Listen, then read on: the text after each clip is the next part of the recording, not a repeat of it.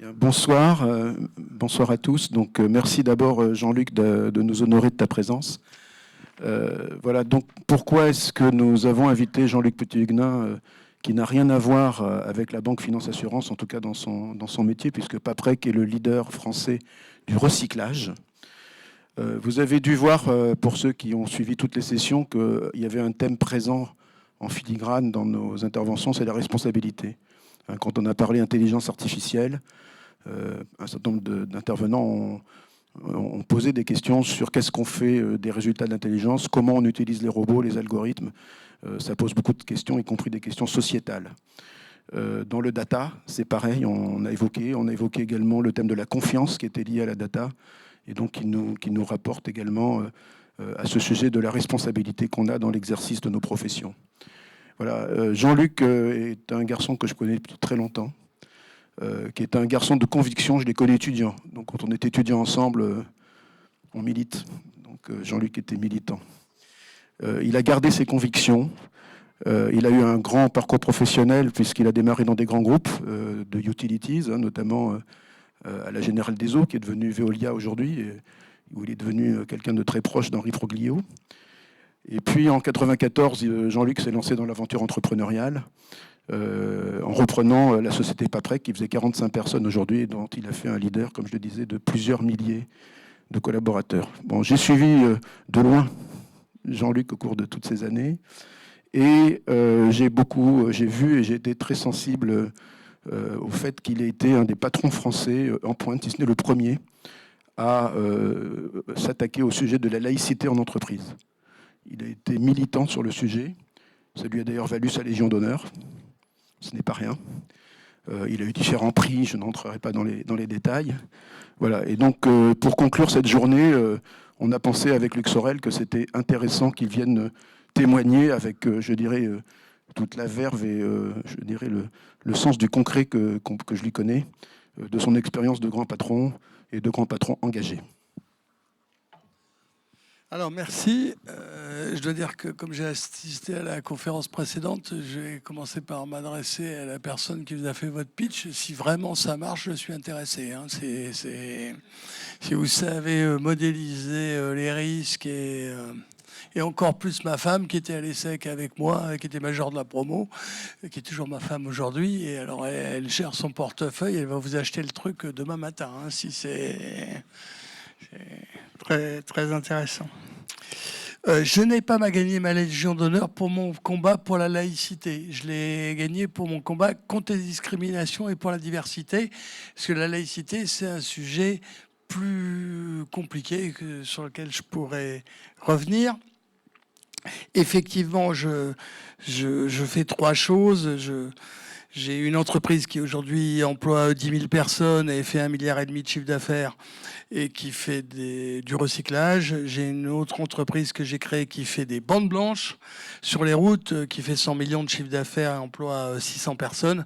Donc ma spécialité, c'est de me coltiner avec des grands groupes, donc dans les bandes blanches, Bouygues et Vinci, et en recyclage, Cita et Veolia. Alors, Bouygues et Vinci sont un peu plus forts en route que Cita et Veolia en recyclage, parce que la principale activité de recyclage que j'ai très bien connue quand j'étais à la Générale des Eaux, c'est recyclage de ministres. Là, on était absolument imbattable. Donc, ceux qui connaissent la ville de Paris, etc., tout ça, là, on était formidable. Sur le reste, on était plus faible et c'est pour ça que je me suis mis à mon compte à un moment parce que je pensais que ça aurait de l'avenir, ce métier-là.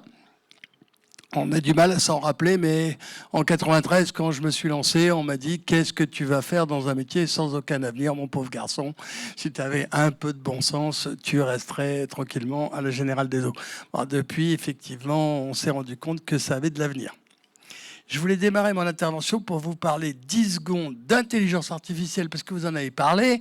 Donc, il n'y a pas que de l'intelligence artificielle dans dans la banque et dans les fintechs, puisque ça nous touche. Alors je vais faire dans le concret, le super concret. Vous avez tous une poubelle jaune chez vous, dans laquelle vous mettez des produits, le journal que vous avez lu, les bouteilles d'Évian, Bon. Alors, déjà, premier point, sortez de cette conférence en sachant que vous faites un bon geste pour la planète, qu'il est utile et que ça ne part pas à l'incinération, ça ne part pas au stockage, ça part vraiment au recyclage. Et ce que je peux vous dire sur ce sujet, c'est qu'on a énormément progressé. Et donc, quand vous mettez là tous les Parisiens, vous êtes tous Parisiens ou il y a des gens de province ? Vous êtes principalement Parisiens. Donc, quand vous mettez dans cette poubelle, nous garantissons que 98% de ce qui est recyclable sera recyclé. Donc, quand j'ai démarré dans cette profession, on garantissait plutôt 60%. Aujourd'hui, 98%.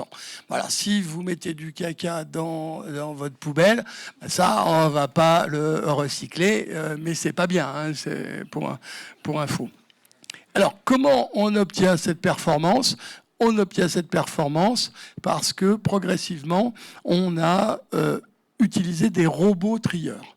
Et donc, n'ayez pas du tout en tête que tout ça est fait avec une armée de grands blacks qui trient sur les chaînes, mais c'est de plus en plus fait par des machines alimentée par l'intelligence artificielle.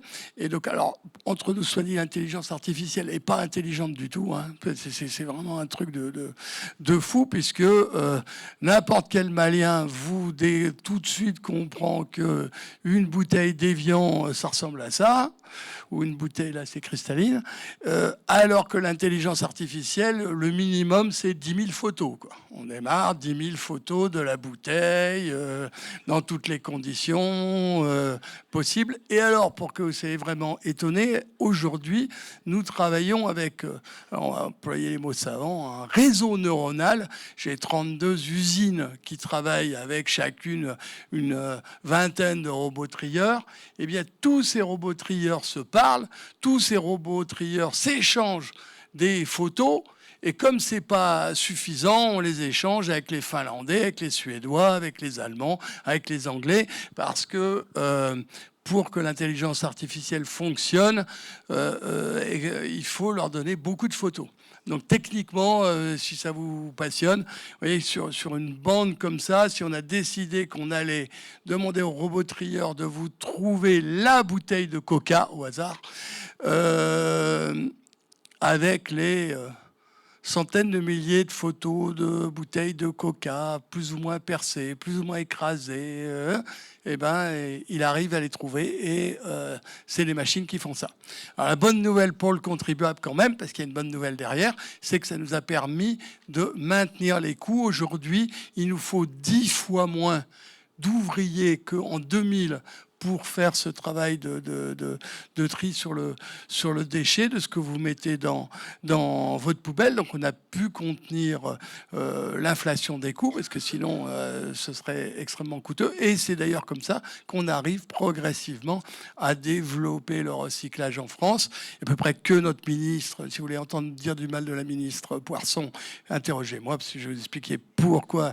Quand on était stagiaire chez Veolia, on ne fait que des conneries sur l'environnement. Donc je prendrai toutes vos questions, n'hésitez pas, je pourrais tout vous dire sur Madame Poisson, qui pense que les bouteilles des Français finissent dans la mer. Donc si vous êtes venu à cette conférence en vous disant ça sert à rien de jeter dans ma poubelle jaune, la réponse est si ça sert vraiment, faites-le, c'est un bon geste pour la planète.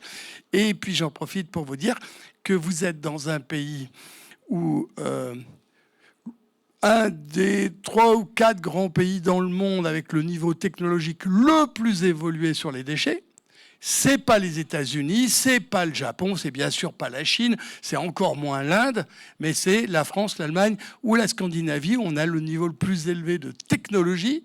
Donc là aussi, je pourrais vous illustrer si ça vous intéresse. On est vraiment extrêmement fort sur ces sujets-là. Et donc, nos plastiques ne finissent pas dans la mer. je suis désolé pour Madame Lucet et pour Madame Poisson, les plastiques des Français sont d'abord recyclés. Donc cette bouteille, en moyenne, 57% de recyclage en France. Et donc là, c'est là où vient l'erreur de raisonnement de la ministre. Si je vous dis 57%, vous dites 43% des 16 milliards direction la mer, mais c'est un scandale. Ah non, c'est pas direction la mer, c'est tous les gens qui se sont trompés de poubelle. Et la deuxième poubelle que vous avez, vous êtes censé mettre le caca, eh bien, cette poubelle, elle va ou à l'incinération ou au stockage. À l'incinération, c'est pas criminel pour la planète parce que, pour information, nos incinérateurs fabriquent de l'électricité. Donc, tant qu'il y aura la production d'électricité avec du gasoil ou avec du gaz, ben, c'est pas aberrant de pouvoir brûler ce genre. En tout cas, c'est pas criminel. C'est moins bien que les recyclés, mais c'est pas criminel. Et là, on va arriver à un truc très intéressant. Et dans une décharge, qu'est-ce qui se passe ? Alors, dans une décharge, il y a des gens qui croient qu'un jour, la décharge va relâcher la bouteille en question. Et donc, la réponse, c'est non. Dans une décharge en France, nous garantissons à l'État, je vous le dis pour que ce soit très clair, qu'une goutte d'eau va mettre 30 ans à traverser. Donc, je ne vous dis pas la bouteille plastique, ça doit être relativement long quand même pour traverser. Donc, nos bouteilles ne finissent pas dans la nature, en tout cas en France, contrairement à la Chine, à l'Afrique et à l'Inde, où là, c'est des centaines de milliers de tonnes. Et ça, c'est vraiment tout à fait criminel. J'ajoute que j'ai créé une deuxième entreprise qui fait des bandes blanches. Et là, c'est absolument passionnant les progrès qu'on fait avec l'intelligence artificielle. Donc, puisque tu m'as parlé de responsabilité, je vais vous citer 2 cas. Le premier cas, c'est quand vous avez une voiture autonome, elle regarde les bandes blanches à droite, à gauche, etc. Mais vous savez que dans l'algorithme de chez Google, on se pose la question. Si je suis vraiment une voiture autonome et que je dois choisir entre la petite vieille de 76 ans que je vais écraser ou la petite gamine qui est en train de traverser hors du passage piéton alors que l'ancêtre de 76 ans s'est mis sur le passage piéton, qu'est-ce que je dois faire? Laquelle des deux j'écrase? Donc c'est ça le problème de la responsabilité en intelligence artificielle. Alors pour nous, plus concrètement, qui faisons des bandes blanches, on a un sujet, c'est est-ce qu'on sera responsable ou pas? Parce que si on a transmis la mauvaise information, est-ce que le tourne à gauche, on a le droit de le prendre, pas le droit de le prendre? Donc ça, c'est absolument passionnant. Et dans le big data, on fait quelque chose d'extrêmement intéressant.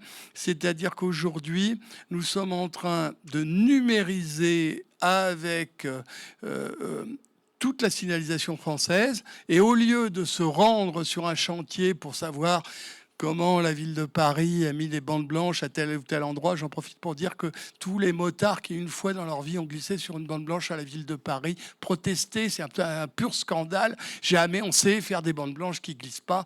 Il suffirait qu'elles durent un peu moins longtemps à la ville de Paris. On sait le faire parfaitement. Donc, n'hésitez pas s'il y a des motards en colère sur le sujet. Et donc, on numérise tout ça. On a des bases de données immenses avec le problème que tu as évoqué de la responsabilité, à qui appartiennent ces données. Donc, on va faire dans le concret. Est-ce que ces données appartiennent à la société d'autoroute? Est-ce que ces données appartiennent à l'État? Est-ce que ces données appartiennent à nous-mêmes qui faisons les relevés? Donc, il y a pas mal de points. Et on a les mêmes sujets, d'ailleurs, en matière de gestion des déchets, parce que la gestion des déchets, c'est des millions d'enlèvements à droite, à gauche. Donc, on a des bases de données qui sont absolument considérables.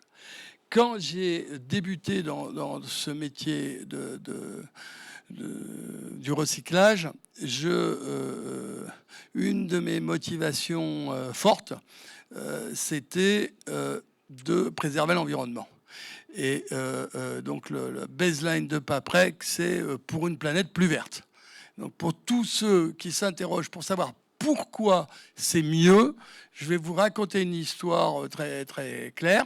En 40 ans, nous sommes passés de « si vous traitez les déchets, faites-le proprement ». Donc vous ne vous rappelez pas l'époque où il se passait des aberrations, c'est-à-dire que quand on faisait du compost, on mettait des métaux lourds dans la terre. Quand on faisait de l'incinération, on mettait de la dioxine dans l'atmosphère. Quand on faisait du stockage, on polluait la nappe phréatique. Tout ça a disparu. Tout ça a disparu. On a amélioré les techniques de façon absolument considérable.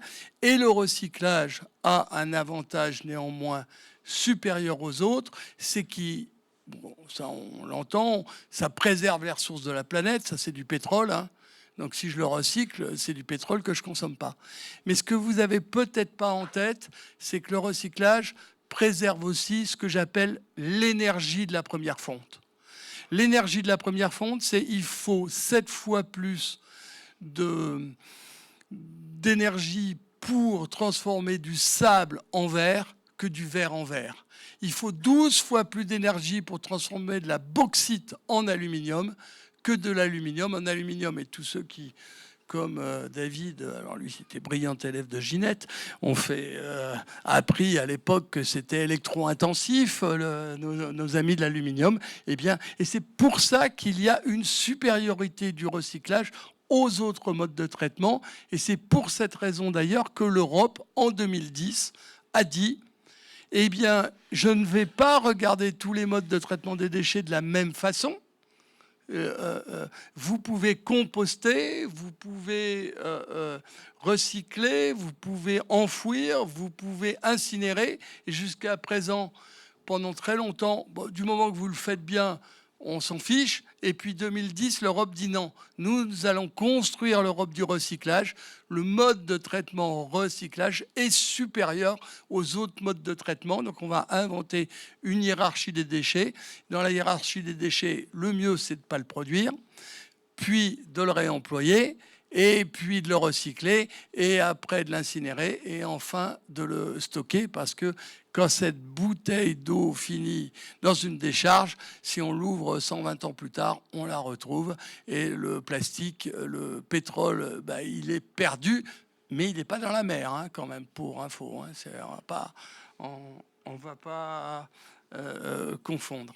Et donc, je dirais que c'est ça la supériorité du recyclage et qui a une importance absolument grandissante sur le problème de l'économie ou la croissance économique dans le monde, puisque le recyclage permet ou participe au fait de ne pas s'inquiéter que d'autres pays deviennent aussi consommateurs que nous. Et donc je vais prendre quand 600 millions de Chinois sortent de la pauvreté pour accéder à un mode de vie occidental. Il y a les Malthusiens qui pensent que c'est dramatique.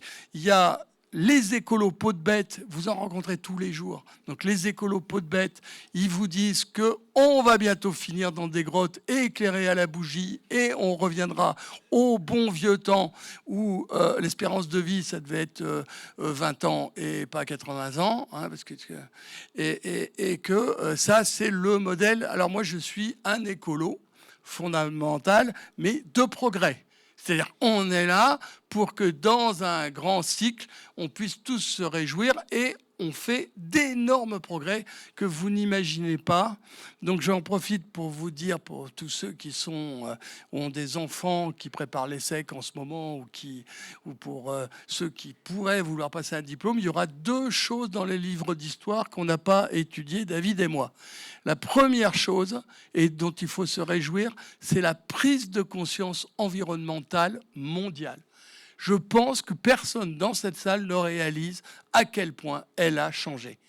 Moi, quand j'ai commencé dans ce secteur-là en 90, tout le monde se foutait complètement de la planète. C'est Bhopal, c'est la mer d'Aral, on s'en fout complètement. Et vous pouvez même pas imaginer. Donc moi, j'ai participé indirectement dans la grande maison où j'étais. Le type qui mettait du déchet toxique dans Cergy-Pontoise, il recevait une prime, le gars. Parce que quand même, il nous avait rien coûté, quoi. Il avait déversé Bon, le même aujourd'hui serait instantanément licencié, son patron aussi, parce qu'il y a eu une prise de conscience environnementale mondiale absolument considérable. Et là, on peut tous se féliciter, les gouvernements, les ONG, les citoyens. On a fait un effort énorme de prise de conscience, et ça, ce sera dans les livres d'histoire. La deuxième chose qui sera dans les livres d'histoire, que vous n'avez pas forcément en tête, c'est que nous sortons d'une période, le 19e puis le 20e, où on a créé une industrie à partir des matières extractives. Au 19e siècle, en Lorraine, en Angleterre, on s'est mis à extraire du minerai de fer, du charbon, on a fabriqué de l'acier, on a exploré du pétrole et on a construit toute une industrie avec ça. Le 21e siècle sera le siècle des matières premières recyclées. En moyenne, aujourd'hui, au moment où nous nous parlons, sur le monde entier, 70% de matières vierges, 30% déjà de matières recyclées. La fin du 21e sera 80% de matières recyclées et 20% de matières vierges. On va utiliser, et c'est d'ailleurs pour ça que c'est absolument fondamental, pour la croissance verte. C'est-à-dire, on peut se féliciter. Et donc, l'exemple que je peux vous donner pour vous illustrer le débat, c'est que nos amis chinois ont constitué un parc automobile. Et maintenant, ils commencent déjà. L'année dernière, c'est 50 millions de tonnes d'acier. Premier producteur mondial d'acier, 1 milliard de tonnes, c'est nos amis chinois. 100 millions de tonnes à partir de vieilles voitures. Si je prends la France, on fabrique les 2/3 de notre acier à partir de vieilles ferrailles. Vous allez avoir le même phénomène en Chine qui va s'accélérer avec les mises en route d'EPR, parce que c'est la filière électrique. On fabrique non plus avec des hauts fourneaux. On se rappelle, c'était, si je me rappelle bien, c'était le sujet, c'était le blé avant 14, non? Allez, sec. Entre nous soit dit. Tu as bonne mémoire. Ouais, et je me rappelle même que j'ai regardé le sujet, je me suis dit, oh, facile. Je voudrais plus l'avoir aujourd'hui, franchement, parce que je crois que j'avais eu une bonne note, mais je ne suis pas sûr que je pourrais l'obtenir. Et donc, on a vraiment des progrès sur la planète qu'on a fait autour de l'environnement qui sont absolument considérables. Et puis, le deuxième slogan de Paprec, c'est pas seulement pour une planète plus verte, mais c'est aussi, et c'est plus engageant, et c'est très engageant, c'est aussi pour une société plus fraternelle. Parce que dans liberté, égalité, fraternité, si vous faites très attention, le fraternité, c'est le petit frère des pauvres, là, dans le dispositif. Et moi, de façon très bizarre, comme l'a très bien dit David, j'ai toujours eu des idées sur ces sujets-là. Dans les raisons pour me mettre à mon compte, il y avait de démontrer qu'on pouvait gérer autrement, et notamment lutter contre les discriminations. Alors, les discriminations auxquelles vous êtes habitués, c'est bien évidemment la discrimination homme-femme. Bon. Donc, il faut combattre cette discrimination absolument scandaleuse, puisque l'intelligence est également répartie. Il y a d'autres discriminations dont on parle. Est-ce qu'on a une couleur de peau ou est-ce qu'on a une religion différente? Donc, on s'est mis à combattre ces discriminations. Et puis, il y a des discriminations plus insidieuses. Les discriminations sur l'âge. Je connais plein de grandes entreprises qui ne recrutent plus de 50 ans. D'accord ? Paprec, pour vous donner un exemple, notre record, c'est un Rhône Poulenc de 62 qui fait 62-68 chez nous. Un ingénieur de chez Rhône Poulenc. Et donc, nous recrutons régulièrement. Alors maintenant, ça fait un peu plaidoyer pro domo. Ça, je reconnais à 62 ans. J'étais plus crédible quand j'ai créé Paprec 37. Donc, et donc, nous, les discriminations sur l'âge, parce que grosso modo, les trop jeunes, on n'en veut pas. Les trop vieux, on n'en veut pas. Puis on fait confiance à l'entreprise puisqu'ils vont nous employer de 35 à 45 ans pendant une dizaine d'années. Avant, ça va pas. Après. Et surtout, on doit leur faire confiance. C'est pas possible, c'est pas un monde qu'on veut, ni pour nous, ni pour nos enfants. Autre discrimination très importante qu'on a tous en tête, qu'on n'a pas toujours en tête, pardon, c'est la discrimination sur le diplôme. j'ai une formule qui est extrêmement simple. La note au bac qu'on a eue dans le cas de David ou moi à 16 ans ne peut pas conditionner 50 ans de votre vie. C'est pas possible. C'est une folie française, spécifiquement française en plus. C'est-à-dire qu'il y a un pays dans le monde où on meurt polytechnicien, c'est la France. Ouais. Les autres pays, bon, bah, on a fait l'X, ou comme nous, on n'a pas fait d'études, mais bon. Oui, j'ai pas raconté ça. Parce que quand j'étais à la Générale des Eaux, 100% du management sous Guy de Joigny était polytechnicien. Donc dans les polytechniciens, il y a ceux qui n'ont pas fait d'études, et puis il y a les autres, ils sont X-Mine ou ils sont X-Pont. Bon, alors à la Générale, on était plutôt X-Pont. Bon, il y avait quand même 2 exceptions. Proglio, qui était HEC. Est-ce que les polytechniciens allaient tolérer un HEC? Et puis Jean-Marc Houry, qui était Normal Sup. Alors déjà, Normal Sup, c'est légèrement mieux que l'IX, ou peut-être moins bien, je ne sais pas. Donc les polytechniciens se sont mis d'accord pour virer le normalien, ça a réglé le problème. Et puis, ces X, moi j'étais censé être, puisque les 2 autres chargés de mission de Proglio étaient tous les 2 X, et donc je disais systématiquement, on me demandait mon diplôme, je disais autodidacte. Ils me regardaient. Non, mais arrête, Jean-Luc, t'es pas autodidacte, toi, t'as fait les secs. Donc c'est un polytechnicien qui vous dit ça. Oui, et alors ah non, mais c'est une bonne école, t'as fait des belles études. Écoutez, c'est vous qui le dites, c'est pas moi. Moi, je me considère comme autodidacte et c'est la seule façon que j'ai eu d'arriver à avoir des polytechniciens qui pensaient qu'on avait fait des études tous les 2. Et là, je voudrais dire qu'il y a vraiment une folie française qu'il faut que vous combattiez et que chacun peut combattre. Et qu'un de mes DRH m'a un jour expliqué. Il m'a dit, écoute Jean-Luc, c'est extrêmement simple. Je vais te dire la différence entre toi et les autres. C'est que si moi, je vais voir mon patron en lui disant, le bon candidat a 55 ans et il a un DUG en mécanique.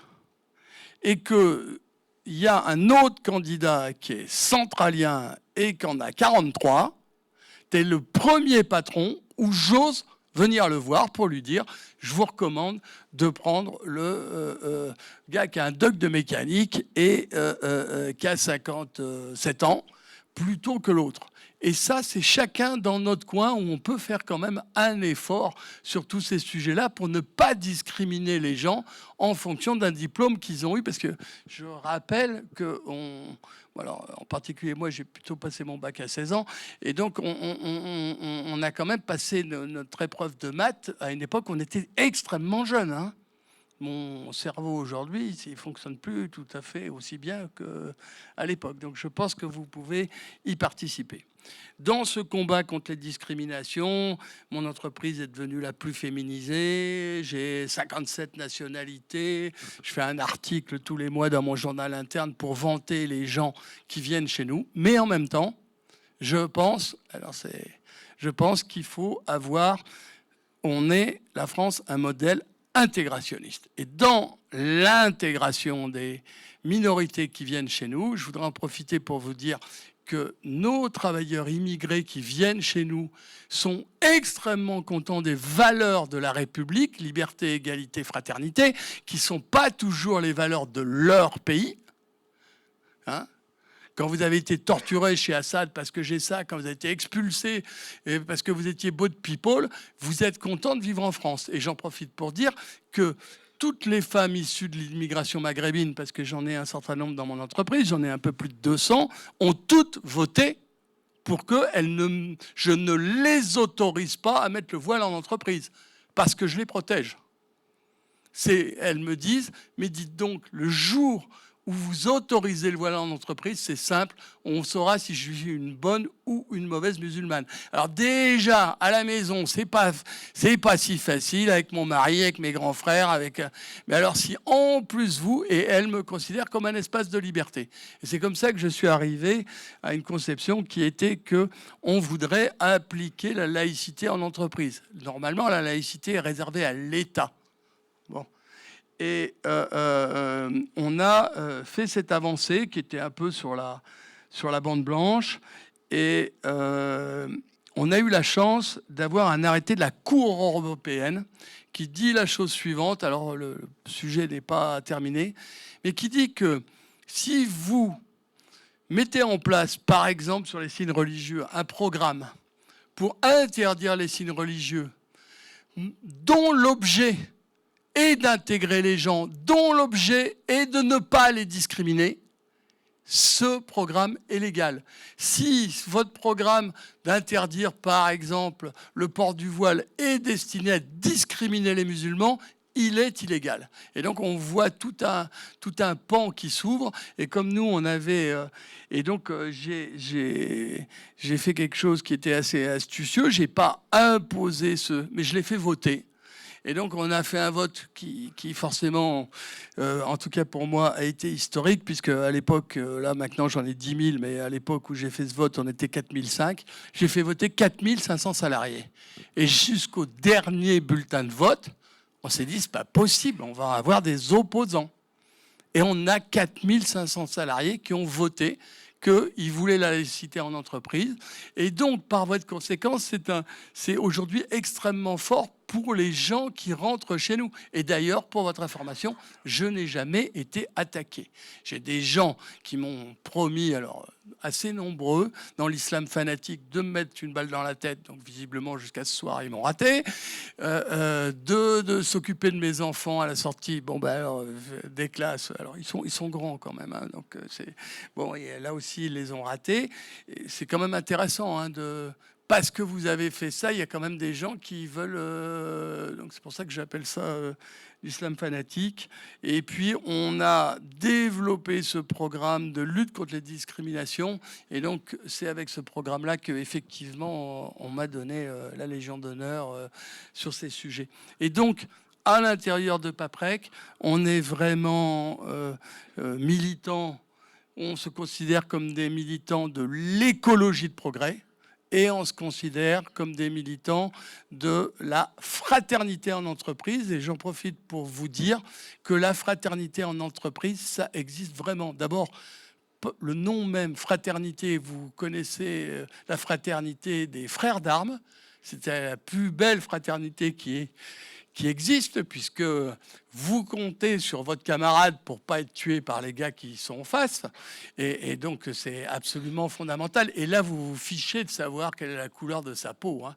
Et est-ce qu'il a eu 16 ou 18 au bac ou quel est son âge. Le tout, c'est qu'ils vous permettent de sortir de la tranchée et, et qu'on ne vous tue pas.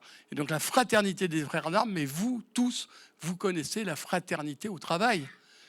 La fraternité au travail, c'est extrêmement puissant.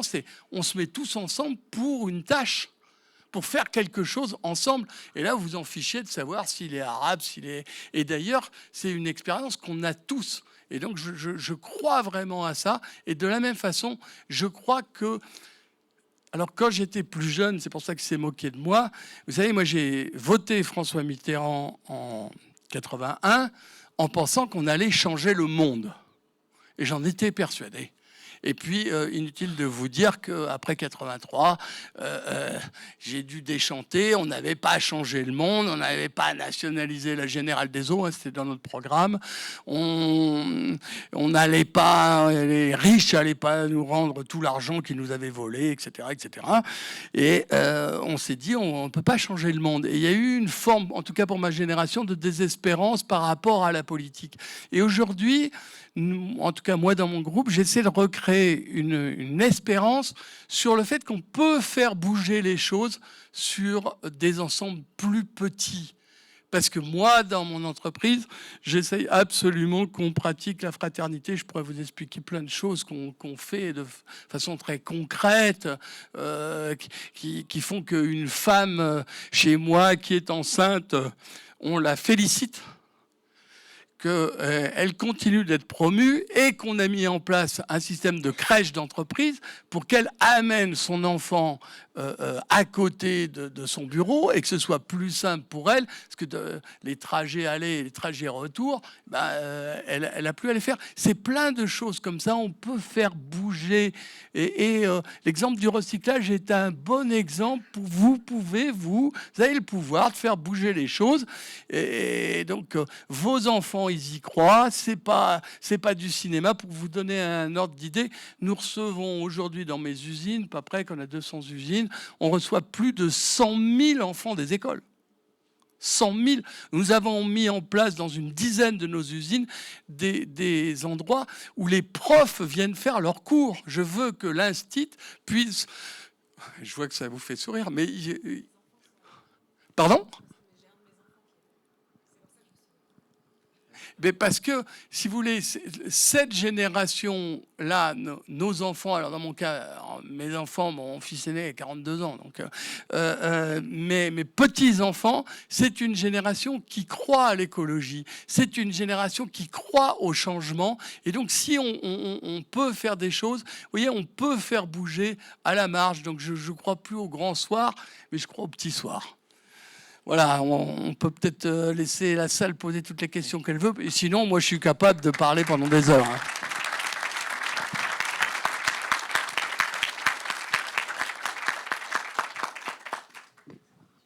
Bien, donc, est-ce qu'il y a des questions de la salle à Jean-Luc Putu-Huguenin ?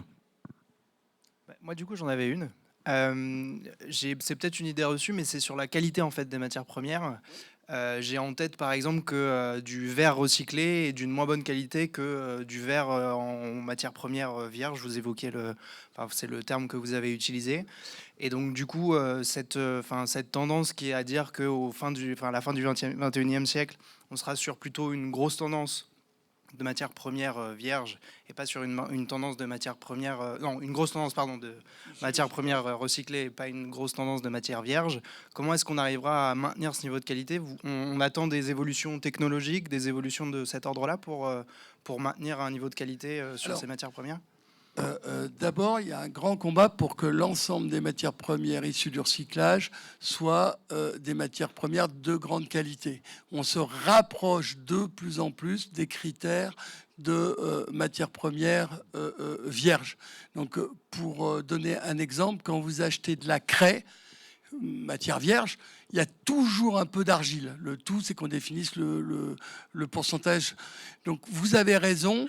Elles sont d'un peu moins bonne qualité d'une façon générale, mais c'est en train de progresser de façon très importante. Et c'est d'ailleurs pour ça que l'idée écolo du 100% recyclé et du zéro prélèvement est une idée qui ne peut pas marcher, qui n'est pas raisonnable. Et chaque fois que vous entendrez 100% recyclé, depuis que vous m'aurez entendu, dites-vous qu'il y a un loup. Ça marche pas et c'est pas raisonnable. Et pourtant, je suis le premier recycleur de France. Hein. Je fais 12 millions de tonnes, donc je vous assure, il y a un moment, il faut s'arrêter, ou parce que ça coûte trop cher, ou parce qu'on n'en est pas capable. Alors après, produit par produit, on sait faire du cuivre recyclé d'aussi bonne qualité que du cuivre vierge, on sait faire de l'aluminium recyclé, on sait faire un certain nombre de choses, mais juste pour illustrer la bascule, le papier dans le monde est aujourd'hui plus fabriqué à partir de fibres recyclées que à partir de pâte à papier. Et de la même façon, quand on était jeune, quand vous lisiez Le Monde avec qui était fabriqué à l'époque à Chapelle Darblay, où on faisait venir des arbres. Et aujourd'hui, c'est du 100%. Quand vous lisez Le Monde ou quand vous lisez Le Figaro, c'est du 100% recyclé. Hein. Il n'y a pas d'addition d'autres choses. Et vous n'avez pas l'impression que le journal sur lequel on imprime, il est de beaucoup moins bonne qualité. Je vais prendre cette bouteille pour vous montrer les progrès qu'on a fait. Donc là, je peux vous parler de mon histoire à moi. Écoutez, c'est simple. En 93, on savait rien en faire. Rien. En 98, on savait faire avec cette bouteille des fibres. Et on vous rappelait les polaires que vous avez vus fabriquer avec ça. Ou un autre exemple que je peux vous donner, vos moquettes de voitures sont énormément fabriquées à partir de recyclés comme ça. Et puis, dans les années 2010, on a su transformer cette bouteille pour refaire une bouteille. Et donc là, je vais en profiter juste pour que vous ayez une idée de là où on en est en termes de progrès. Danone vient de lancer son eau premium aux États-Unis. Ils l'ont lancé dans une bouteille d'eau 100% recyclée, 100% approvisionnée par une de mes usines qui se trouve à Limay.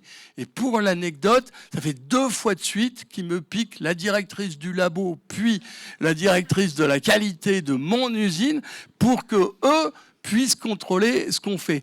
Volvic, je prends l'autre exemple, sort aujourd'hui des bouteilles 100% recyclées.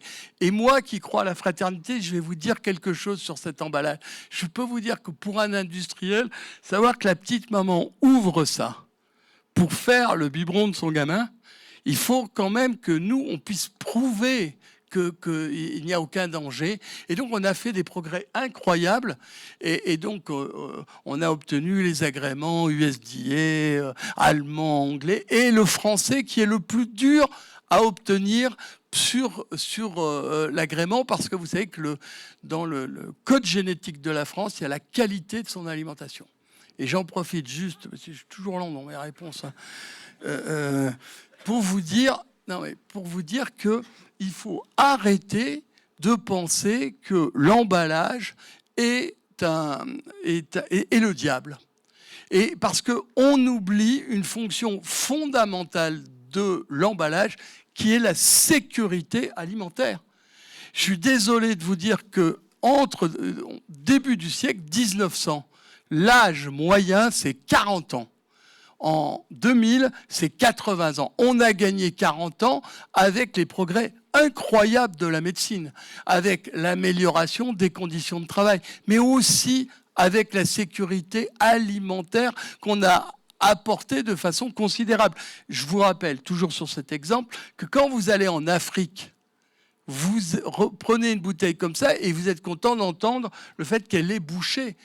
Parfaitement bouché. C'est la garantie pour vous que vous n'aurez pas de souris, de tourista, de soucis avec ce produit-là. Donc l'emballage en soi fait partie de la grande chaîne d'amélioration de la condition humaine. Attention, il faut arrêter de penser que c'est le diable. Et de la même façon, j'ai jamais pensé que le tout en vrac, etc., c'était la solution bénie. Parce que quand même, pour ceux qui l'oublieraient, c'est comme ça que 4 ou 5 siècles avant, on transmettait la peste ou le choléra. Donc il y a quand même un certain nombre de choses. Par contre, je ne veux pas être dans un discours dans lequel on n'a rien à faire. On a vraiment quelque chose à faire. Entre 1960 et aujourd'hui, 350 millions de tonnes de plastique dans le monde. Et toutes ces tonnes de plastique qui vont dans les océans, c'est vraiment un crime contre la planète. Il faut le faire cesser. Mais les Français, vous y êtes pour presque rien. Quand vous allez sur la plage, soyez gentils, laissez pas votre bouteille, parce que celle-là, elle finira dans l'océan, ça me donnera tort. Ramenez-la. Merci. Bonsoir et merci pour votre speech. Je voulais vous demander, même si le recyclage consomme 7 fois moins ou N fois moins d'énergie, il va falloir de l'énergie quand même. Or, on est en train de faire pour l'énergie de la communication en physique avec voiture, on est en train de passer à l'électricité ou à la pile atomique, on ne sait pas bien, mais on passe à l'électricité. Et pour faire cette électricité, est-ce que vous pensez qu'on y arrivera avec le solaire, le thermique et tout ça, ou alors il va falloir peut-être inventer quelque chose, et peut-être, que pensez-vous à ce niveau-là de nucléaire, et comment vous voyez l'énergie nucléaire dans ce schéma global qui, le nucléaire ne produit pas de CO2, comment vous voyez cette partie? Vous posez une question absolument formidable qui taraude tous les écolos de progrès. C'est quand on est écolo de progrès, est-ce qu'on ne doit pas être pro-nucléaire? Et c'est vrai que c'est une énorme interrogation, d'autant plus que les autres énergies alternatives restent souvent extrêmement coûteuses. Et donc, qu'est-ce qu'on doit faire? Alors, si vous êtes, comme moi, à la fois écolo de progrès et que vous croyez au progrès, je suis convaincu qu'on saura traiter le problème des déchets nucléaires. Et donc avec le temps. Et qu'on saura le faire de façon... Il reste maintenant un problème fondamental, et là c'est une pesée de risque. Et là par contre, je suis content qu'il y ait des hommes politiques qui le prennent et pas moi, c'est qu'est-ce qui se passe, et on l'a vu avec Fukushima, sur un grand accident nucléaire qu'on ne pouvait pas prévoir. Et donc, est-ce que, au nom de ce risque, on doit interdire l'énergie nucléaire? Je ne sais pas, mais vous posez d'évidence la bonne question, et c'est d'ailleurs pour ça que en Chine, ils démarrent des EPR, parce que contrairement à l'idée, je suis j'ai démarré avec les premières relations avec la Chine pour le compte de la Générale des Eaux en 90. J'ai plein de clients chinois, et contrairement à l'idée que beaucoup ont, les Chinois sont incroyablement préoccupés par l'environnement, si ce n'est qu'ils y apportent une réponse que vous connaissez franchement efficiente et dogmatique, c'est que c'est le Parti communiste qui décide. Et donc là, vous avez un très très bon exemple. Le Parti communiste et le président Xi, il a décidé qu'il fallait du nucléaire dans ce pays-là. Il a appuyé sur le bouton et vous avez remarqué qu'il démarre beaucoup plus vite que nous avec des technologies plus proches. Mais c'est un vrai débat. Alors c'est un débat qui nous sépare beaucoup, parce que moi, je m'entends extrêmement bien avec les écolos de progrès, je redis, sauf sur ce point-là, puisque dans les combats fondateurs de l'écologie, il y a le combat contre les décharges et le combat contre le nucléaire. Et c'est assez drôle de voir que 30 ans plus tard, ces deux combats qui peuvent être vraiment discutés, puisque les décharges ne polluent plus. Si ça vous intéresse, je pourrais vous raconter vraiment pourquoi une décharge ne pollue plus aujourd'hui. C'est pas un bon argument. Il ne faut pas dire il faut recycler parce que la décharge pollue, c'est plus vrai. On pollue plus la nappe phréatique, on met plus de gaz dans l'atmosphère, etc. C'est absolument, on a fait des progrès formidables. Mais par contre, et effectivement, sur ces deux combats historiques des écolos, il y a un vrai sujet. Donc, si vous rencontrez des écolos historiques, là, je suis sacrilège. Là, je viens de vous dire un truc qui pourrait m'amener à être condamné. Mais bon, comme l'avantage d'avoir sa propre entreprise, c'est qu'à un moment, vous assumez. Donc, le gars qui n'est pas content sur mes prises de position pour les femmes ou pour la laïcité, il peut rompre son contrat avec moi. Et puis moi, je vais être ruiné et ça m'apprendra à dire des conneries. Puis si j'en ai plein qui rompent pas leur contrat ou qui signent avec moi, bah ça, pour l'instant, c'est plutôt ce cas-là.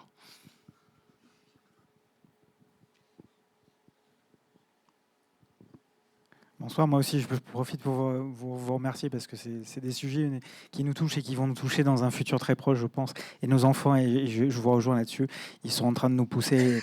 Et je mesure même avec les miens qu'ils commencent à avoir des sensibilisations au lycée de ces nouvelles matières.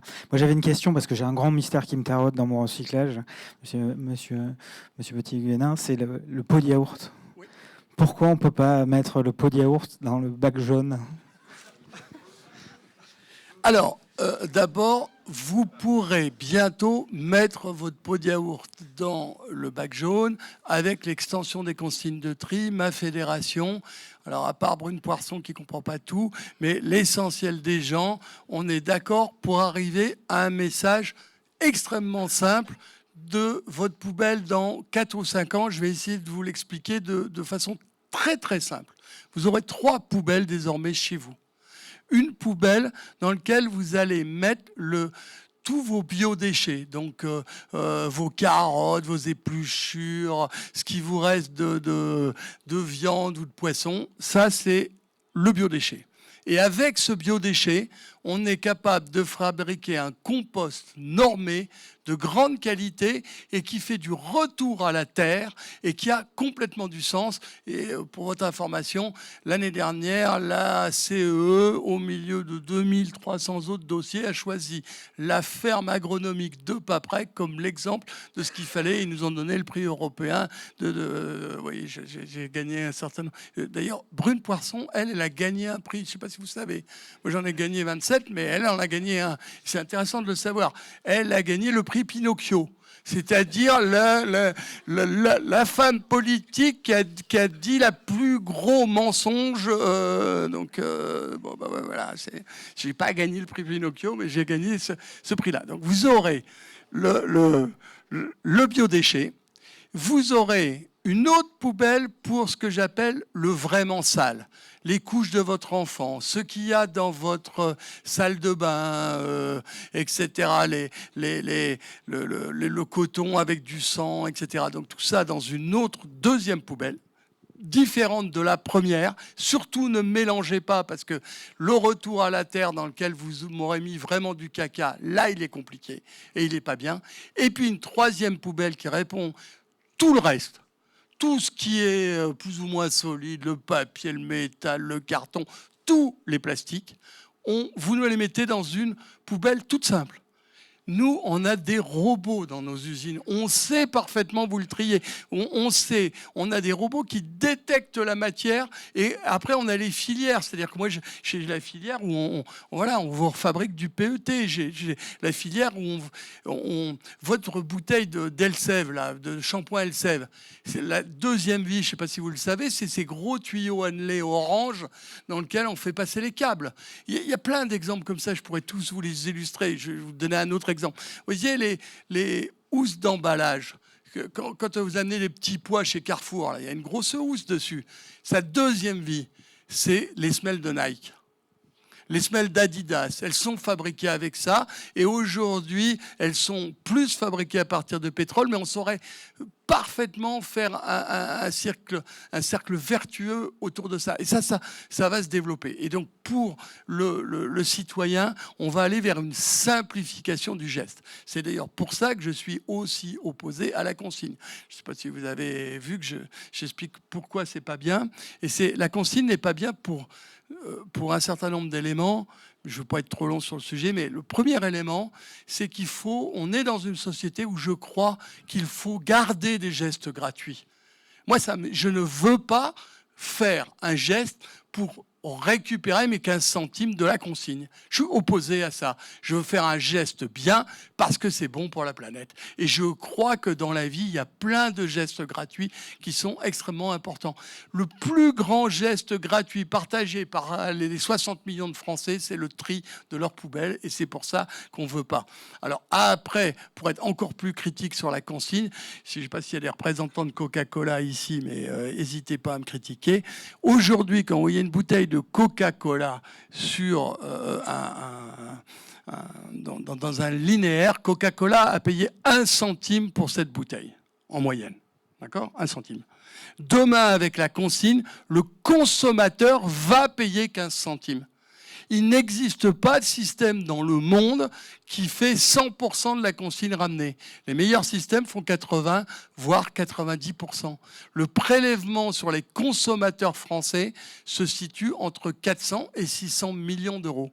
Donc moi, je veux bien qu'on pique 400 à 600 millions d'euros aux Français, mais pour une vraie action écolo, pas pour un truc bidon qui sert à une ministre à se faire briller. Je suis totalement opposé. Alors, je l'énerve, elle m'a menacé, etc. Mais j'assume, hein, c'est pareil que tout à l'heure. Mais si vous voulez, il y a des moments, et ça, c'est l'honneur du chef d'entreprise et d'avoir sa propre entreprise. Je suis à la fois président et à la fois le plus gros actionnaire de ma boîte. Et donc, qu'est-ce que vous voulez que je vous dise ? J'assume mes risques. Et donc, ça l'énerve, mais l'État ne va pas m'imposer ce que je dois dire. Et si je ne crois pas, et donc, pour ceux qui penseraient que je milite pour ma chapelle, hein, je vais vous répondre tout de suite. L'impact de la consigne sur mon groupe, c'est 3 millions d'euros. L'impact de la consigne sur les collectivités, c'est 400 millions d'euros. Et l'impact de la consigne sur les consommateurs, c'est 500 millions d'euros. Donc vous allez me dire, mais et d'ailleurs la ministre me le dit, me dit, mais Petit Huguenin, arrêtez de m'emmerder. Pour vous, ça fait rien. Mais je lui dis, mais c'est pas comme ça que vous allez me faire taire. Voilà, j'ai des convictions. Je suis un homme de convictions. J'ai d'ailleurs monté mon groupe pour les convictions que je vous ai expliqué ça. Je dirais pas le contraire. Vous allez piquer 500 millions aux Français pour rien.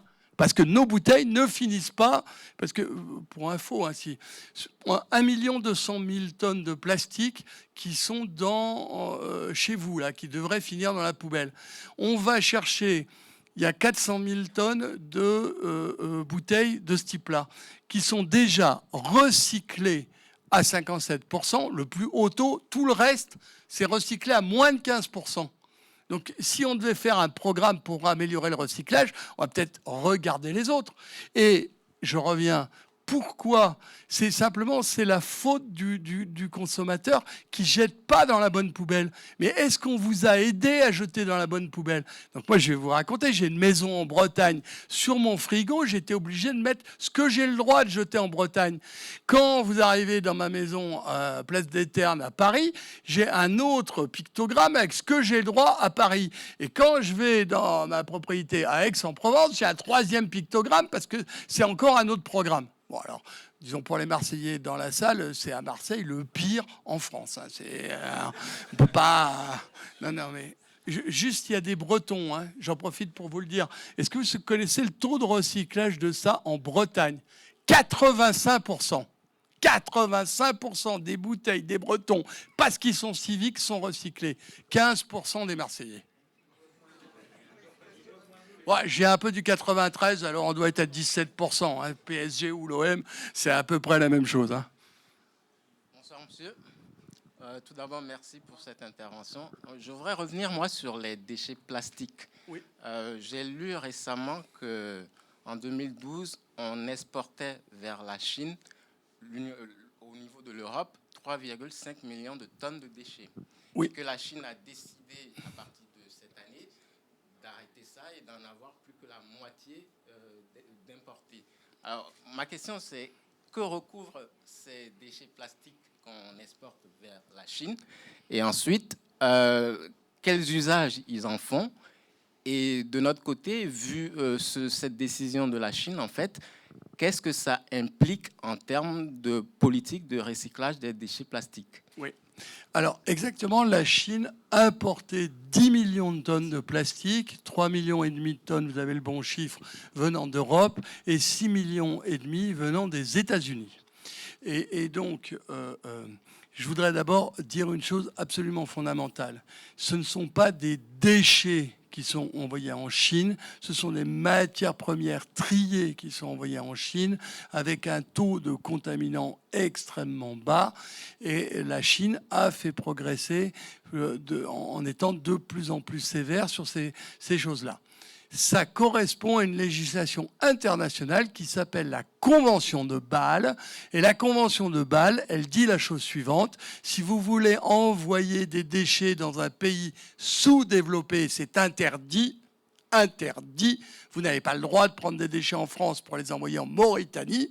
Par contre, si c'est des matières premières issues du recyclage, vous pouvez les envoyer à condition qu'elles soient conformes. Donc ça, c'est le premier point, c'est ça, ce problème de législation. Donc si on prend l'Europe, pour que ce soit clair pour vous, le débouché asiatique, et en particulier chinois, c'est 10% de la production européenne. C'est pas 90%. 90% est recyclé dans nos pays. Il y a des pays qui sont extrêmement forts en recyclage plastique, notamment un pays que vous connaissez très bien, qui est l'Italie. L'Italie, la France, l'Allemagne, mais en premier, l'Italie. Donc, première chose à dire. Quand le président Xi a décidé de faire un programme sur l'environnement dans son pays, il a choisi des actes symboliques. Et dans les actes symboliques qu'on n'a pas compris, nous, il a choisi d'interdire le plastique. Et pourquoi ? Il aurait pu, moi pendant des années, j'ai pensé que le président Xi dirait « Regardez, nous la Chine, on est les plus forts de la planète puisqu'on utilise déjà beaucoup de matières premières issues du recyclage. » Et le président Xi n'a pas du tout dit ça. Il a dit « nous, la Chine, nous ne serons pas la poubelle des pays européens ou américains, et il a fermé la frontière. Je vous rappelle quand même que Trump, dans le débat qui est contre le climat et qui change d'avis sur tous les sujets tous les matins, ne nous a pas aidés dans sa guerre avec les Chinois, parce que c'est ça qui, si vous voulez, c'était plus facile au président Xi d'expliquer pourquoi il voulait plus des déchets majoritairement américains qui voyager sous le vocable déchets, mais en fait sont des matières premières. Et donc le président Xi a décidé d'interdire. Ça génère une crise dans nos métiers. De mon point de vue, cette crise sera passagère, mais je voudrais juste, histoire de vous amener des idées différentes, moi, pour la planète, à la date d'aujourd'hui, ce que je sais, sur les 10 millions de tonnes, il y en avait plus de 6 millions de tonnes qui servaient à fabriquer des semelles de chaussures en Chine. Et donc le grand programme du président Xi, ça a été que les semelles de Nike et d'Adidas, qui étaient recyclées à 50%, elles sont maintenant 100% fabriquées à partir de pétrole vierge. Vous me demandez à moi, je ne considère pas que ce soit un progrès pour la planète, mais ce genre d'argument, j'arrive pas à l'exposer et il n'est pas audible, si vous voulez. Mais au fond, je ne pense pas que ce soit un progrès. Mais le président Xi, visiblement, lui, il sait comment diriger un pays d'1,2 milliard et il a décidé, puisque ça faisait partie de son programme Ciel bleu en Chine, le Parti communiste chinois est obsédé par le problème de l'environnement, parce que au moment où on crève de faim, on se fout de l'environnement, mais au moment où on commence à ressembler à des Français, on se fout plus de l'environnement, on y fait extrêmement attention, et ils savent bien qu'ils sont mis en accusation. Donc, entre les problèmes qu'ils essaient vraiment de régler et les problèmes de cinéma, tous les hommes politiques adorent faire du cinéma. Là, vous avez une mesure qui est destinée à frapper les opinions et à montrer qu'on n'apporte plus de déchets, alors que ce n'était pas des déchets.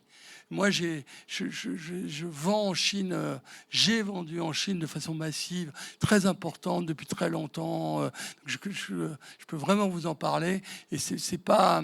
Je ne considère pas que la planète ait fait un progrès, mais je ne vais surtout pas aller contre le président Xi, parce que contrairement aux islamistes, là, qui pour l'instant n'arrivent pas à me mettre une balle dans la tête, lui, la prochaine fois que je vais passer la frontière, je vais me retrouver dans une prison, donc j'ai pas envie, donc je garde mes propos en France et pas pour la Chine.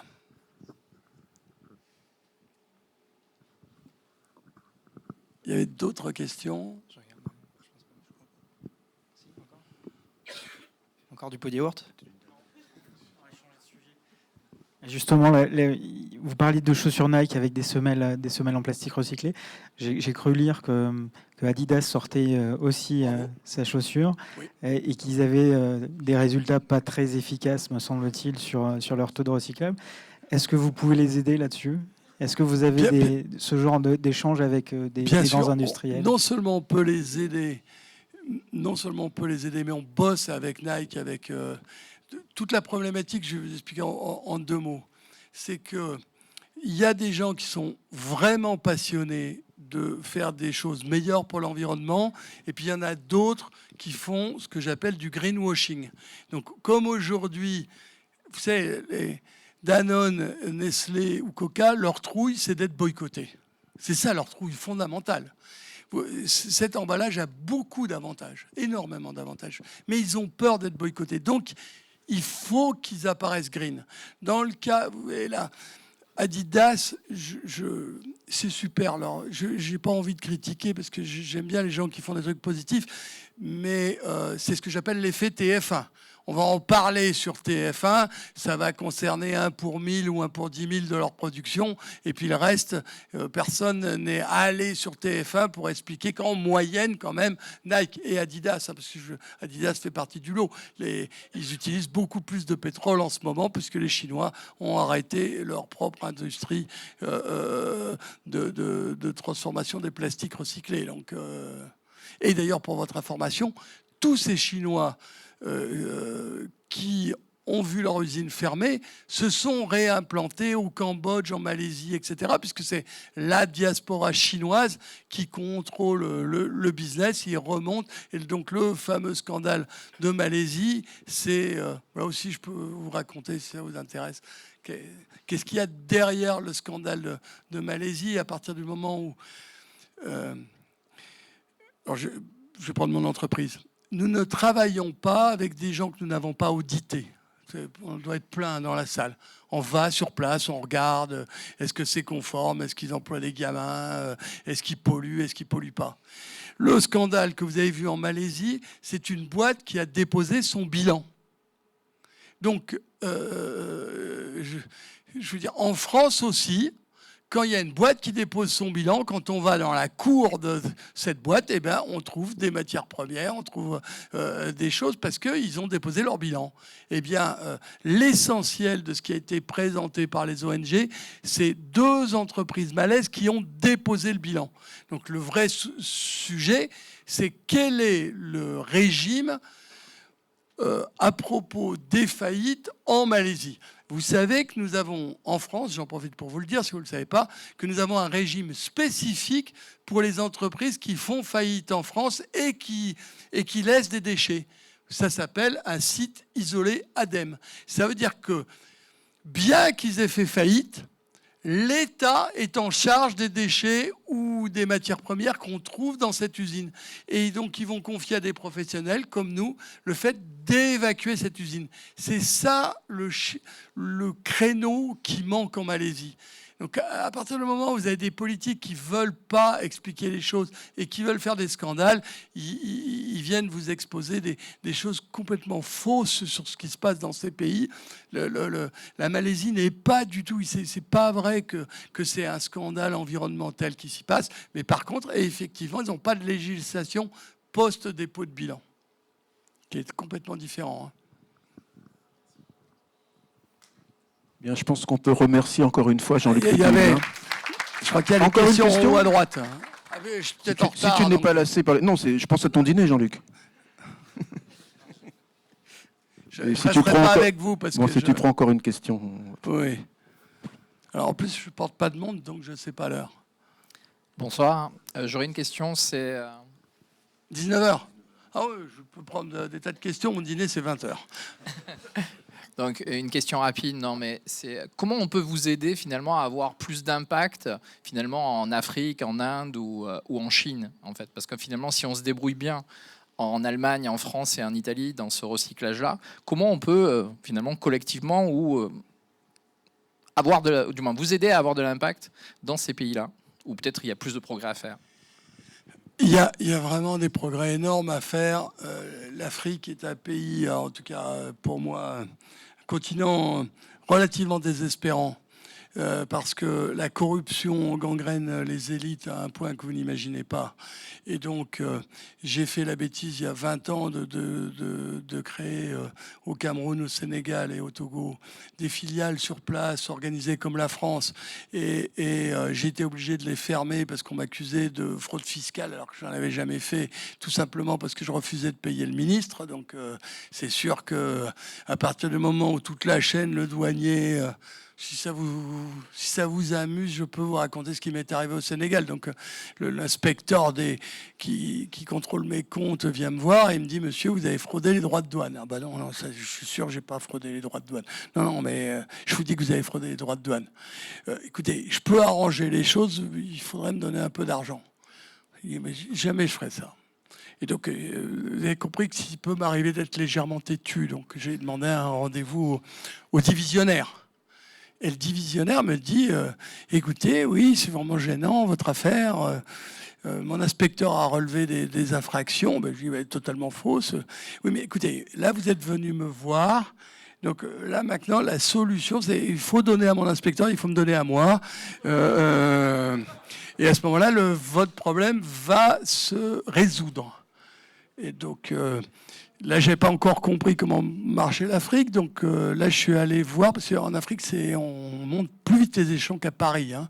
Donc, je suis allé voir le directeur général des impôts de la République sénégalaise, qui m'a dit Alors attendez, oui, c'est vraiment gênant. Mais à la fin, je peux vous arranger les choses. Vous donnerez de l'argent à mon inspecteur, à mon divisionnaire et à moi-même. Et puis tout ça va s'arranger. Donc là, c'est là où je suis vraiment un imbécile. Parce que moi, je suis monté derrière au ministre des Finances. Et le ministre des Finances du Sénégal m'a dit, mais vous êtes vraiment le roi des cons, où maintenant il va falloir donner à l'inspecteur, au divisionnaire, au directeur général des impôts et à moi-même, parce que c'est comme ça que marche le système. Et pour ne rien vous cacher, à la suite de ça, j'ai fermé ma filiale. J'ai préféré perdre tout mon investissement plutôt que de rentrer dans leur combine. Et je peux juste vous expliquer pourquoi, pour que vous ne disiez pas, il est complètement fou ce type. Si vous voulez... historiquement, le niveau de combine de Lyonnaise et de Général des Eaux, c'est quand même assez exceptionnel. Hein. Si vous n'avez pas idée, je pourrais vous raconter. Et donc, moi, je suis un chevalier blanc de ce truc. Donc, j'avais 3% de mon chiffre d'affaires en Afrique. Je ne vais pas salir ma réputation pour qu'un jour, chez le ministre du Sénégal qui dit il m'a amené des enveloppes, alors qu'en France, je refuse de les donner si ça vous rappelle des choses, au Parti communiste, au PS, à la ville de Paris, etc. Donc j'ai pas voulu le faire. Et au fond, donc là, par exemple, en ce moment, j'ai 2 filiales en Afrique. J'en ai une dans laquelle on est payé par la Banque mondiale et on va arrêter de travailler parce que le ministre des Finances ne nous renvoie pas l'argent qu'il reçoit de la Banque mondiale. Donc la plaisanterie dure un certain temps, mais pas trop longtemps. Et donc comme ils vivent d'expédients, il va leur piquer 2 ans de revenus à la Banque mondiale pour que nous, on puisse pas intervenir. Et donc la conscience environnementale de l'Afrique est extrêmement faible. Je pense qu'on ne peut vraiment changer les choses qu'avec les ONG, en combattant la corruption et vraiment en essayant de pousser ces gens. Mais il y a tellement de misère dans ces pays qu'il y a toujours des gens qui veulent faire des choses. Donc je suis admiratif de ce que sait faire Orange, pour donner un exemple, qui a créé un vrai business. Nous, aujourd'hui, on ne sait pas le faire. Et en particulier parce qu'il y a une idée... qui pose problème, c'est qu'on croit que tous ces plastiques qu'on trouve en Afrique ont de la valeur. Or, ils n'ont pas de valeur. Ils ont une valeur négative. Il faut être payé pour pouvoir les traiter. Et tous les projets que vous pouvez rencontrer, j'ai un mec toutes les semaines qui m'écrit parce qu'il a une idée géniale. Parce que quand vous arrivez à Dakar, vous avez vu tous ces plastiques partout. C'est un vrai scandale. Et l'Afrique ne changera que quand elle aura des hommes politiques moins corrompus que ce qu'elle a aujourd'hui. Et à ce moment-là, des gens comme moi, on pourra aller investir de façon plus détendue parce qu'on saurait faire des choses. On saurait transformer des plastiques, par exemple, en gasoil, ce qu'on fait en Inde. Mais par exemple, si je vous prends le cas de l'Inde, puisque j'ai une filiale en Inde, je peux vous dire que le niveau de corruption en Inde est absolument désespérant. Là-bas, ça s'appelle Elephant Money. Donc vous êtes tout le temps obligé de payer des gens. Et donc au bout d'un moment, c'est extrêmement fatigant. Vous voyez, moi, je suis un entrepreneur qui a relativement réussi et j'ai pas envie de me faire accrocher parce que je vais donner de l'argent, je sais pas qui. Et vous avez des... Et donc la corruption prend un genre... moins problématique en Inde, mais quand même, c'est toujours basé sur la triche et donc c'est extrêmement compliqué. Mais de ce point de vue-là, mes amis de Cita Haute-Veolia sont bien meilleurs que moi, c'est-à-dire que eux sont présents, ont su gérer dans leurs procédures ce genre de choses. Moi, aujourd'hui, je ne sais pas le faire, puis j'en ai pas trop envie, pour être tout à fait honnête. Et vous, pour répondre vraiment directement à votre question, ce que je peux vous conseiller, ce que je fais à titre personnel, c'est de sponsoriser des associations en France qui sont remarquables, le CCFD, ATD Carmonde, les chiffonniers d'Emmaüs. Il y a plein d'associations qui font des choses formidables en Afrique, basées sur le bénévolat, et donc voilà, Sœur Emmanuel, si vous êtes passionné par ça, Sœur Emmanuel fait des programmes, voilà, vous pouvez le déduire de vos impôts. Pour l'instant, c'est ce que j'ai trouvé. Après, m'installer en tant qu'industriel, je ne sais pas faire. Je n'ai pas envie de ça.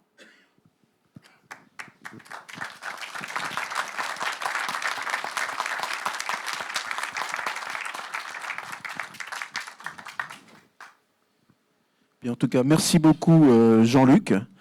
Voilà, moi j'ai qu'un regret ce soir, c'est que Luc Sorel n'ait pas eu l'idée de nous demander d'inviter nos enfants. Parce qu'ils sont écolo-cro-magnons trop facilement.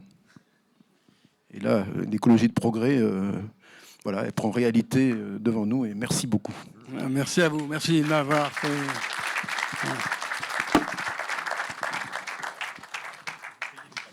Après des propos aussi décapants et éclairants, il est difficile de revenir sur Terre.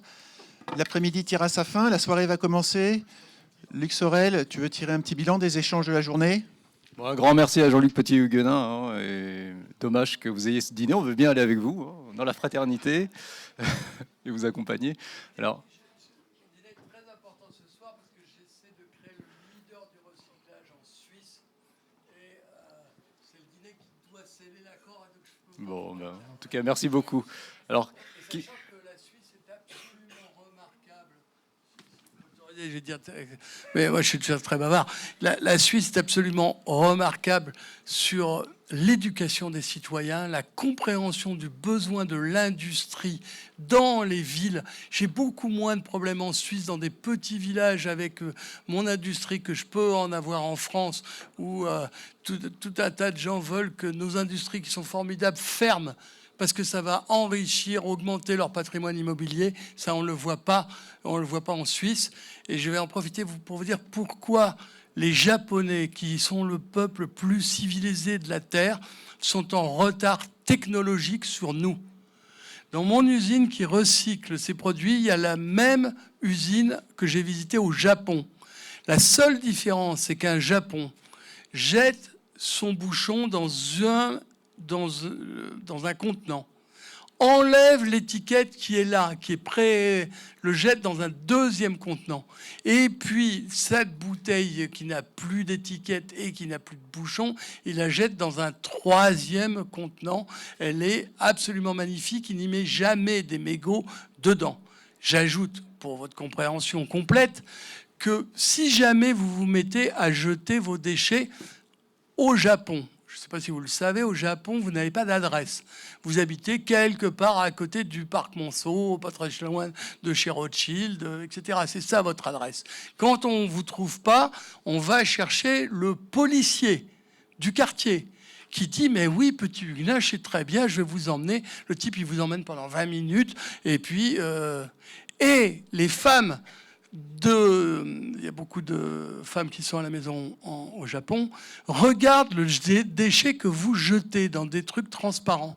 Et donc elles viennent vous voir et elles vous disent, écoutez petit Huguenin, là, on a remarqué, vous mettez vos bouteilles, mais vous enlevez pas l'étiquette, c'est pas bien, il faut pas...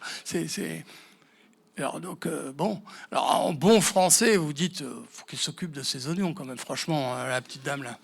Et alors la deuxième fois où vous faites la même erreur, la petite dame vous fait venir avec 3 autres membres de l'immeuble et elles vous disent écoutez, on comprend pas, on vous a déjà dit une première fois, quand même c'est pas bien, vous n'avez pas jeté correctement et il y a d'autres petites dames là qui sont présentes et voudraient vous parler, vous expliquer, c'est très important que vous fassiez attention à ce que vous faites, etc.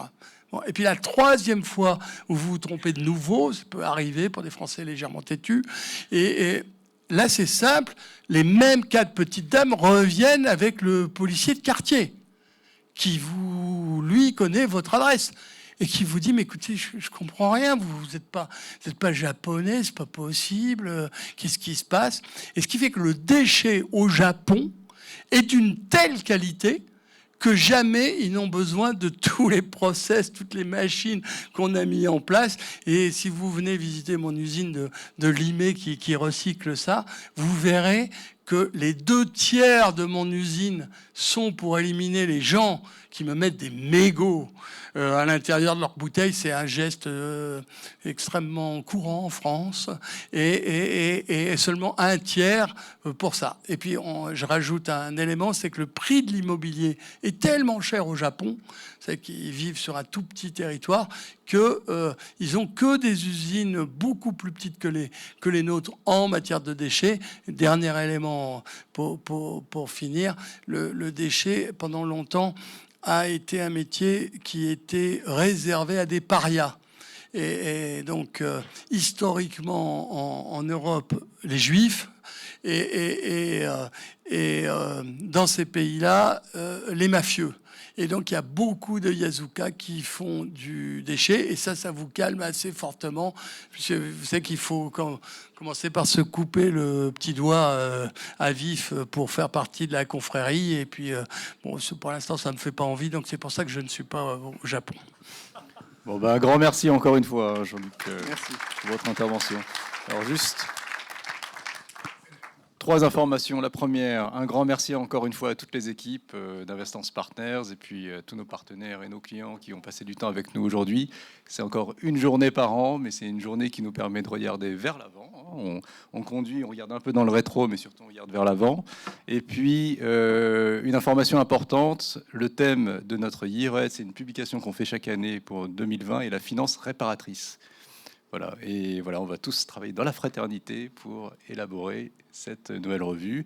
Et aussi, vous verrez dans la presse une annonce. On a créé ce que nous aussi on appelle le lab, Investance le lab, qui va être une façon d'usiner nos idées en prenant en compte, bien sûr, ce qu'on peut faire de mieux dans le cadre de notre métier. Voilà, et bonne soirée à tous, et on vous retrouve autour d'un verre et du cocktail de ce soir. Merci encore et à l'année prochaine.